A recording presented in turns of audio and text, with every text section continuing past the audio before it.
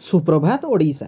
नमस्कार बंधुगण, आपण को आम यूट्यूब चैनल पॉलिटिकल आडारे स्वागत। टॉप न्यूज गुड़िक जानापी भिडटी को शेष पर्यंत देखंतु। सुभद्रा को नहीं उपमुख्यमंत्री बड़ सूचना। एप्रिल 1 रु नुआ आवेदन। सुभद्रा योजना को नहीं सरकार एक बड़ निष्पत्ति नहीं। एप्रिल 1 रु नुआ सुभद्रा पंजीकरण आरंभ हेब। ଏହା ନେଇ ଉପମୁଖ୍ୟମନ୍ତ୍ରୀ ପ୍ରଭାତୀ ପରିଡ଼ା ସୂଚନା ଦେଇଛନ୍ତି। ସେ କହିଛନ୍ତି ଅଧିକ ସଂଖ୍ୟକ ଯୋଗ୍ୟ ହିତାଧିକାରୀଙ୍କୁ ଏହି ଯୋଜନାରେ ଯୋଡ଼ିବା ପାଇଁ ପ୍ରୟାସ କରାଯାଉଛି। ଏହି ଆବେଦନ ପ୍ରକ୍ରିୟା 1 ଏପ୍ରିଲରୁ 30 ତାରିଖ ପର୍ଯ୍ୟନ୍ତ ଚାଲିବ। ଏହା ଆର୍ଥିକ ବର୍ଷ 2026-27 ପାଇଁ ନୂତନ ହିତାଧିକାରୀ ଯୋଡ଼ିବା ପାଇଁ ହେଉଛି। ଏଥିରେ ଯେଉଁମାନେ ସାମିଲ ହେବେ ସେହି ମହିଳାମାନଙ୍କ ବୟସ 1 ଏପ୍ରିଲ 2026 ସୁଦ୍ଧା 21 ବର୍ଷ ହୋଇଥିବା ଆବଶ୍ୟକ। 21 ରୁ 60 ବର୍ଷ ପର୍ଯ୍ୟନ୍ତ ଯେଉଁମାନେ ପୂର୍ବରୁ ସୁଭଦ୍ରା ଯୋଜନାର ଆବେଦନ କରିନାହାନ୍ତି କିମ୍ବା ଯୋଡ଼ି ହୋଇନାହାନ୍ତି, କେବଳ ସେମାନେ ଏଥିରେ ଆବେଦନ କରିପାରିବେ। ଓଡ଼ିଶାର ସ୍ଥାୟୀ ବାସିନ୍ଦା ହୋଇଥିବା ଆବଶ୍ୟକ। ଯେଉଁମାନେ ପୂର୍ବରୁ ଆବେଦନ କରିଛନ୍ତି କିମ୍ବା ହିତାଧିକାରୀ ହୋଇସାରିଛନ୍ତି ସେମାନେ ଏହି ନୂଆ ଆବେଦନରେ ସାମିଲ ହେବେ ନାହିଁ। ପରବର୍ତ୍ତୀ ଖବର, ଓଡ଼ିଶାକୁ କାଳବୈଶାଖୀ ଆଲର୍ଟ। 7 ଦିନ କୁଆପଥର ବର୍ଷା ପାଇଁ ଆଲର୍ଟ ଜାରି। କାଳବୈଶାଖୀ ପାଇଁ ଆଲର୍ଟ ଜାରି। କୁଆପଥର ବର୍ଷା ସହ ଝଡ଼ ପବନ ନେଇ ଜାରି ହେଲା ସତର୍କତା। ଆଜି ବିଜୁଳି ଘଡ଼ଘଡ଼ି ସହ କୁଆପଥର ବର୍ଷା ପାଇଁ 4 ଜିଲ୍ଲାକୁ ଅରେଞ୍ଜ ଆଲର୍ଟ ଜାରି ହୋଇଛି। ମୟୂରଭଞ୍ଜ, କେନ୍ଦୁଝର, ବାଲେଶ୍ୱର ଏବଂ ଭଦ୍ରକରେ କୁଆପଥର ବର୍ଷା ସମ୍ଭାବନା ରହିଛି। ଏହି 4 ଜିଲ୍ଲାରେ ପବନର ବେଗ ଘଣ୍ଟା ପ୍ରତି 50 ରୁ 60 କିମି ବେଗରେ ରହିବାର ସମ୍ଭାବନା ରହିଛି। ସେହିପରି ନୂଆପଡ଼ା, ବଲାଙ୍ଗୀର, ବରଗଡ଼ ଜିଲ୍ଲାକୁ ଛାଡ଼ି ବାକି ସମସ୍ତ ଜିଲ୍ଲାରେ କାଳବୈଶାଖୀ ପାଇଁ ୟେଲୋ ଆଲର୍ଟ ଜାରି ହୋଇଛି। ବିଜୁଳି ଘଡ଼ଘଡ଼ି ସହ କିଛି ଜିଲ୍ଲାରେ 30 ରୁ 40 ଏବଂ ଅନ୍ୟ କିଛି ଜିଲ୍ଲାରେ 40 ରୁ 50 କିଲୋମିଟର ବେଗରେ ପବନ ବହିବାର ସମ୍ଭାବନା ରହିଛି। ବର୍ଷା ଓ ଝଟକା ପବନ ପାଇଁ ମଧ୍ୟ ସତର୍କତା ଜାରି କରିଛି ପାଣିପାଗ ବିଭାଗ। ଆସନ୍ତା 4 ତାରିଖ ସକାଳ ପର୍ଯ୍ୟନ୍ତ ବିଜୁଳି ଘଡ଼ଘଡ଼ି ସହ ବର୍ଷା ପବନ ପାଇଁ ଆଲର୍ଟ ଜାରି କରିଛି।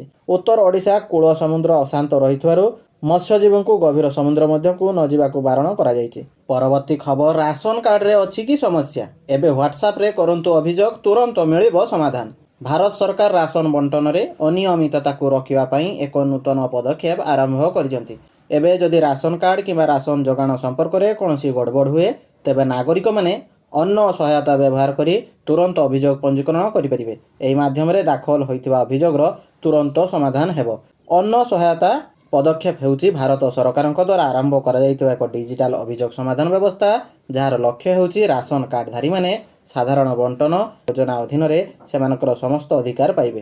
ଯଦି କୌଣସି ହିତାଧିକାରୀ କମ୍ ପରିମାଣର ରାସନ ପାଇବା, ଅତ୍ୟଧିକ ଶୁଳ୍କ ଆଦାୟ କରାଯିବା କିମ୍ବା ନିମ୍ନମାନର ଶସ୍ୟ ପାଇବା ଭଳି ସମସ୍ୟାର ସମ୍ମୁଖୀନ ହୁଅନ୍ତି, ତେବେ ସେମାନେ ଅଭିଯୋଗ ଦାଖଲ କରିବା ଏବଂ ତୁରନ୍ତ ସହାୟତା ପାଇଁ ଆପଣଙ୍କ ଅଭିଯୋଗ ଦାଖଲ କରିବା ପାଇଁ କେବଳ 9868200445କୁ ହାଇ ମେସେଜ ପଠାନ୍ତୁ। ପରବର୍ତ୍ତୀ ଖବର, ୟୁନିଫର୍ମ ବଣ୍ଟନ ନେଇ ଗଣଶିକ୍ଷା ମନ୍ତ୍ରୀଙ୍କ କଡ଼ା ଚେତାବନୀ। ସମୟସୀମା ଡେଇଁଲେ କାର୍ଯ୍ୟାନୁଷ୍ଠାନ। ଗତ ଶିକ୍ଷାବର୍ଷରେ ଯେପରି ସ୍କୁଲ ୟୁନିଫର୍ମ ବଣ୍ଟନରେ ସମସ୍ୟା ଦେଖିବାକୁ ମିଳିଥିଲା, ତାର ଆଉ ପୁନରାବୃତ୍ତି ହେବନି। ପିଲାଙ୍କୁ ଖରା ଛୁଟି ପୂର୍ବରୁ ପୋଷାକ ବଣ୍ଟନ କରାଯିବ। ଏହାର ତଦାରଖ ଜିଲ୍ଲାପାଳ, ଜିଲ୍ଲା ଶିକ୍ଷା ଅଧିକାରୀ କରିବେ। କେବଳ ପୋଷାକ ବଣ୍ଟନ ନୁହେଁ, ପାଠପଢ଼ା ଆରମ୍ଭରେ ବି କୌଣସି ପ୍ରକାରର ବିଳମ୍ବ ନ ହୁଏ ସେଥିଲାଗି ମଧ୍ୟ କୁହାଯାଇଛି। ଏନେଇ ବିଦ୍ୟାଳୟ ଗଣଶିକ୍ଷା ବିଭାଗ ସଚିବ ସମସ୍ତ ଜିଲ୍ଲାପାଳଙ୍କୁ ନେଇ ଚିଠି କରିଥିଲେ। ତେବେ ଏହି ନିର୍ଦ୍ଦେଶନାମାକୁ କଡ଼ାକଡ଼ି ପାଳନ ନ କଲେ କାର୍ଯ୍ୟାନୁଷ୍ଠାନ ନିଆଯିବ ବୋଲି ବିଭାଗୀୟ ମନ୍ତ୍ରୀ ନିତ୍ୟାନନ୍ଦ ଗଣ୍ଡ କହିଛନ୍ତି। ପରବର୍ତ୍ତୀ ଖବର, ଏପ୍ରିଲ 1 ରୁ ବଦଳିଯିବ ୟୁପିଆଇ ପେମେଣ୍ଟ ନିୟମ। ସବୁଥର ହେବ ଡବଲ ସିକ୍ୟୁରିଟି ଚେକ୍। ଏପ୍ରିଲ 1 ରୁ ଡିଜିଟାଲ ପେମେଣ୍ଟ ପଦ୍ଧତିରେ ପରିବର୍ତ୍ତନ ଆସିବ।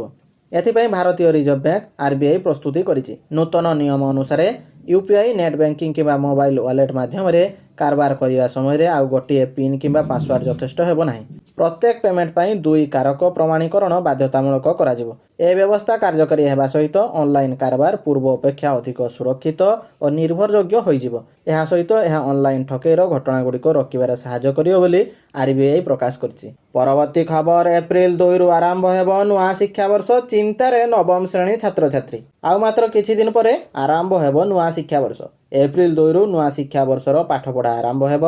ହେଲେ ଏଯାଏଁ ମିଳୁନି ଜାତୀୟ ଶୈକ୍ଷିକ ଅନୁସନ୍ଧାନ ପ୍ରଶିକ୍ଷଣ ପରିଷଦ NCERTର ପାଠ୍ୟପୁସ୍ତକ। NCERT ନବମ ଶ୍ରେଣୀ ପାଠ୍ୟପୁସ୍ତକର ବିକାଶ କରୁଛି। ଫଳରେ ପୂର୍ବ ପ୍ରଚଳିତ ପାଠ୍ୟପୁସ୍ତକରେ ପରିବର୍ତ୍ତନ କରାଯିବ। ତେଣୁ ନୂଆ ବହି କେବେ ଆସିବ ତାକୁ ଅପେକ୍ଷା କରିଛନ୍ତି ଅଭିଭାବକ। ପରବର୍ତ୍ତୀ ଖବର, ଟ୍ରିବ୍ୟୁନାଲରେ ମହାନଦୀ ଜଳ ବିବାଦ। ଜାଣନ୍ତୁ କ'ଣ ହେଲା ଆଲୋଚନା। ଟ୍ରିବ୍ୟୁନାଲରେ ମହାନଦୀ ଜଳ ବିବାଦ। ଟ୍ରିବ୍ୟୁନାଲ ଅଧ୍ୟକ୍ଷ ବେଲା ଦ୍ୱିବେଦୀଙ୍କ ଅଧ୍ୟକ୍ଷତାରେ ଶୁଣାଣି କରାଯାଇଛି। ଓଡ଼ିଶା ସରକାରଙ୍କ ପକ୍ଷ ରଖିଥିଲେ AG ପୀତାମ୍ବର ଆଚାର୍ଯ୍ୟ। ଏପ୍ରିଲ 13 ତାରିଖରେ ମହାନଦୀ ଟ୍ରିବ୍ୟୁନାଲର ସମୟ ସରୁଥିବା ବେଳେ ଦୁଇ ରାଜ୍ୟର ବୈଷୟିକ ଟିମ୍ ଆଲୋଚନା ବିବରଣୀ ଉପସ୍ଥାପନ କରିଛନ୍ତି। ପରବର୍ତ୍ତୀ ଶୁଣାଣି ଏପ୍ରିଲ 11 ତାରିଖରେ ଅନୁଷ୍ଠିତ ହେବ। ଶୁଣାଣି ପୂର୍ବରୁ ହୀରାକୁଦଠାରୁ ଆରମ୍ଭ କରି ମହାନଦୀ ପ୍ରଭାବିତ ଅଞ୍ଚଳ ବୁଲି ଦେଖିଥିଲା ଟିମ୍। ଏହାସହ ଏହି ଟିମ୍ ମାର୍ଚ୍ଚ ମାସ 7 ତାରିଖରୁ 11 ତାରିଖ ପର୍ଯ୍ୟନ୍ତ ଛତିଶଗଡ଼ ଯାଇ ସ୍ଥିତି ପରଖିଥିଲା। ଏଭଳି ଆଲୋଚନା ଏବଂ ବିବାଦ ମଧ୍ୟରେ କେବେ ନ୍ୟାୟ ମିଳିବ ଏହା ଉପରେ ସାଧାରଣ ଜନତାଙ୍କ ନଜର ରହିଛି। ପରବର୍ତ୍ତୀ ଖବର 3 ଦିନ ପରେ ପୁଣି ବଢ଼ିଲା ସୁନା ଦର। ଆଜି ମାର୍କେଟରେ ଉଚ୍ଚା ରହିଛି ସୁନା ଓ ରୂପା ଦାମ। ଯୁଦ୍ଧ ବିରତି ଘୋଷଣା ପରେ ସୁନା ରୂପା ମୂଲ୍ୟରେ ହ୍ରାସ ହୋଇଥିଲା। ମାତ୍ର 3 ଦିନ ହେବ ପୁଣି ବଢ଼ି ଚାଲିଛି ସୁନା ଦର। ସୁନା ଦର ବୃଦ୍ଧି ପୁଣି ଗ୍ରାହକଙ୍କୁ ଝଟକା ଦେଇଛି। ଆଜି 24 କ୍ୟାରେଟ୍ ସୁନା ଦାମ 10 ଗ୍ରାମ ପ୍ରତି 1,48,090 ଟଙ୍କା ରହିଛି। ଗତକାଲି 1,45,580 ଟଙ୍କା ଥିଲା। ଏଥିରେ 2510 ଟଙ୍କା ବୃଦ୍ଧି ପାଇଛି। ସେହିପରି ରୂପା ଦାମ ମଧ୍ୟ ବୃଦ୍ଧି ହୋଇଛି। 100 ଗ୍ରାମ ରୂପା ଦାମ 25,000 ଟଙ୍କାରେ ପହଞ୍ଚିଛି, ଯାହା ଗତକାଲି 24,500 ଟଙ୍କା ଥିଲା। ଏଥିରେ 500 ଟଙ୍କା ବୃଦ୍ଧି ହୋଇଛି। ପରବର୍ତ୍ତୀ ଖବର ଆପଣଙ୍କ ଉପରେ ସଙ୍କଟର ବୋଝ ପଡ଼ିବାକୁ ଦେବୁନି। ଇରାନ ଯୁଦ୍ଧକୁ ନେଇ ପିଏମ୍ ମୋଦିଙ୍କ ଦେଶବାସୀଙ୍କୁ ପ୍ରତିଶ୍ରୁତି। ଆମେରିକା ଏବଂ ଇସ୍ରାଏଲ ଯେତେବେଳେ ଇରାନ ଉପରେ ଆକ୍ରମଣ କରିଥିଲେ, କେହି ଭାବିନଥିଲେ ଯେ ଏହା ଏକ ବିଶ୍ୱ ସଙ୍କଟରେ ପରିଣତ ହେବ।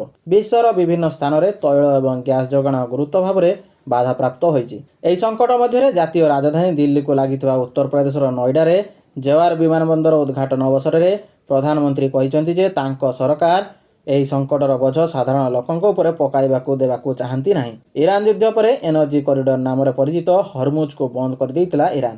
ଏନର୍ଜି କ୍ରାଇସିସ୍ ସ୍ଥିତି ସୃଷ୍ଟି ହୋଇଥିଲା। ପାକିସ୍ତାନ ସହିତ ବହୁ ଦେଶରେ ପେଟ୍ରୋଲ ଡିଜେଲ ସହିତ ଗ୍ୟାସ୍ ଦାମ ମଧ୍ୟ ବଢ଼ାଯାଇଥିଲା। ପରବର୍ତ୍ତୀ ଖବର ପୁଟିନଙ୍କ ବଡ଼ ଘୋଷଣା। ଏପ୍ରିଲ 1ରୁ ପେଟ୍ରୋଲ ରପ୍ତାନି ବନ୍ଦ। ଇରାନ ଇସ୍ରାଏଲ ଏବଂ ଆମେରିକା ସହିତ ଜଡ଼ିତ ବିବାଦ ମଧ୍ୟରେ ମଧ୍ୟପ୍ରାଚ୍ୟର ଉତ୍ତେଜନା ଏବଂ ବିଶ୍ୱ ଅନିଶ୍ଚିତତା ଭିତରେ ରୁଷିଆ ଏକ ଗୁରୁତ୍ୱପୂର୍ଣ୍ଣ ନିଷ୍ପତ୍ତି ନେଇଛି।